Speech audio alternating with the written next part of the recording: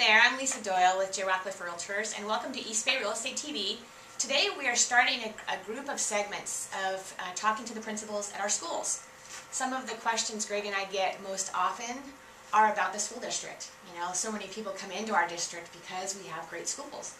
So I thank you so much for meeting with me today. This is Denise Hibbard. She is the principal at our newer school in our district, Dougherty Valley High School. So welcome. Thank you. Thank you for having me today. Thank you. And I've got a series of questions that I want to ask you based on what our clients ask us most about our schools in our district, and most importantly, Dougherty Valley. But tell us a little bit about the school. You've been open now for 4 years. Correct. And of course the newest school in our district, which is exciting. So share with us a little bit of what you see the differences in. Sure. You know. So our high school was built by some developers here. It's a little bit different than some of the other high schools, so we're master planned. And so obviously if you've been able to come on our campus or shared or seen photos of our website, you'll note that we're master planned and that we have very high quality facilities. We have a population currently of 1,800 students that includes grades 9 through 12. We graduated our first senior class last year, the class of 2010, and we are a comprehensive high school, so it encumbers a traditional high school schedule for a student. Awesome. And you have a lot of what people ask me about the schools are the special language programs. You know, I know our district is very well known for our advanced courses, you know, AP courses being offered to really help the kids prepare for college. How would you say Dougherty Valley is prepared for that, or responding to the kids' needs who want that? Yeah, so we offer an assortment of courses from college prep all the way to advanced placement courses, which is a college level course on our campus. And we have 17 advanced placement courses, and the courses that we offer are really based on students' interest. So in the spring of each year we put out an interest form, and our students literally drive the curriculum that we offer. Oh, I didn't know that. That's wonderful. So if there are special needs, like for instance, we were chatting earlier about some students want, say, German as a language. If you've got enough demand for something like that, you might be able to accommodate. Yeah, we do the best we can offering the courses. Again, it's got to be enough students that you can financially offer the course.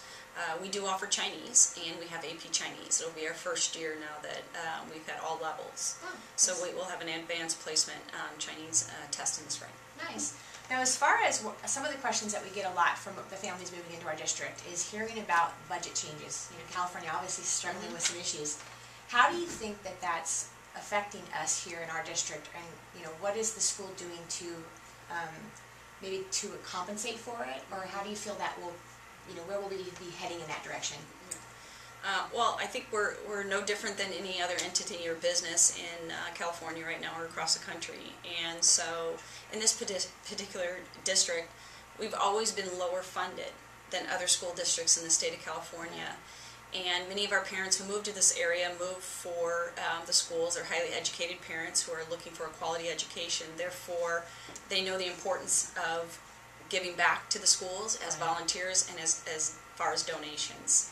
So we've been very fortunate that we have various booster organizations on our campus, such as academic boosters, who ask for a contribution, and then that contribution comes back to the school, and it looks like offering courses on the campus. So our parents will donate to offer additional courses that we may not be able to offer due to some of the budget situations. Like music and sports and things like that. Is that part of where we're at risk if the parents weren't so involved?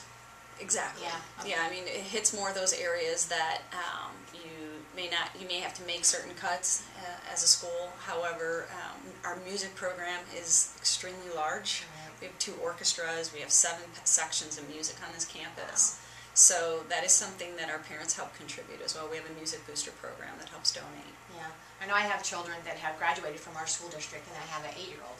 So, kids from both angles, and how much the parents, what I've loved about being involved in this district is how much the parents are involved, not just with helping out with volunteer and donations, but just the parental involvement makes the school stronger, which is why our district has always been, and it increases our values of property too. It's a big deal coming from someone like me who lives in our community, of course, but we're always trying to help encourage, property values. So a stronger school district makes a big difference. Yeah, we talk to our kids all the time about giving back.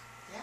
And that our parents are the best role models in our school district who spend numerous hours in the schools as a volunteer or transporting kids to and from athletic events. Rather than paying for buses. Rather than funding buses. So that is an essential to making our district run as efficiently and our students' academics.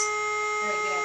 Well, one of the questions parents who are moving into our district often ask is, A, where are you as far as capacity versus our other high schools in the district? Monte Vista High School, San Ramon Valley High School, and Cal High. Can the students, if they are zoned for Dougherty Valley now, is there an inter-district transfer available to them if they choose to go to Cal High instead? Yeah, our district has what's called an open enrollment, and that's grades K through 12. Okay. So any parent that opts to transfer their student to a particular school can put in a application form, and the district makes the decision based on space availability. Do you feel like that's what we've been told at times, that those are very rare? Is that a pretty common occurrence for a student who chooses to go to a different school or chooses to come here versus... a high school has a much different capacity opportunity than elementary. When you're looking at a kindergarten that only can have so many spaces. At the high school, you have flexibility in your scheduling of kids. You can have a class that's at 28 and a class that's at 32, so you have a lot more flexibility. So that allows for the flexibility of transfers. So moving the kids in and out. I remember. Our personal experience at the high school was a few years ago with my kids being older, and their friends were pretty easy moving back and forth at that time. But I had heard that changed a little bit due to school sizes, and so that's good to hear. Yeah, I mean, they obviously will take into consideration the program and the school. Yeah, exactly. So as far as rumors, we hear this often. I get parents asking me all the time. Rumor has it that a new school would go in, a new high school in the Tassajara Valley area. Is that true? Have you heard anything that's possible? Or is this purely rumor? I'm not aware of this. I'm not aware of the rumor, and I'm not aware of anything that there's been any discussion regarding adding a new high school. High schools, like I said, they're a little bit different, and you can. Our capacity is 2,400, so we're 18, so we've got plenty of space right now for students to come to this school and for growth of the Dougherty Valley. Right, because we do have a lot of potential growth in this area.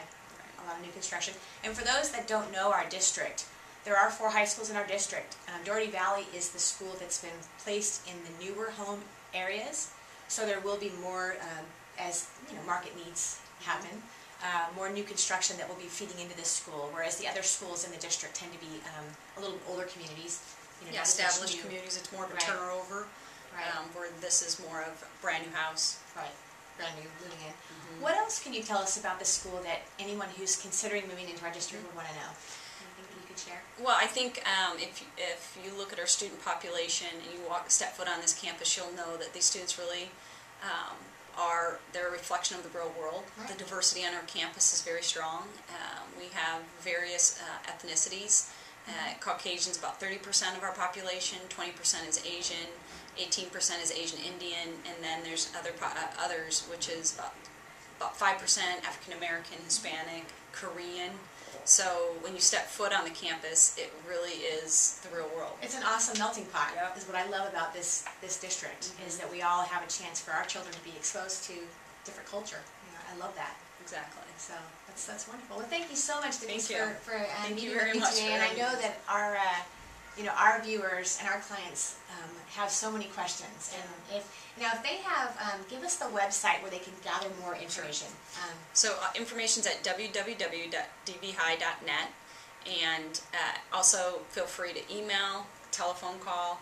We give a lot of tours to parents who are looking at buying in this particular area. Awesome. And I think it's important because it's a big decision. You want to make sure that you're finding a home that you feel comfortable with and an education for your student that you know will take your student to the next level, whether they choose to go into a college or a career. So it's a huge decision, and we have on our website all of the schools in our district, the API scores, and information about the schools so that you can be prepared and have an easier choice as to where you want to live. So thank you so much for tuning in, and we'll see you again next time.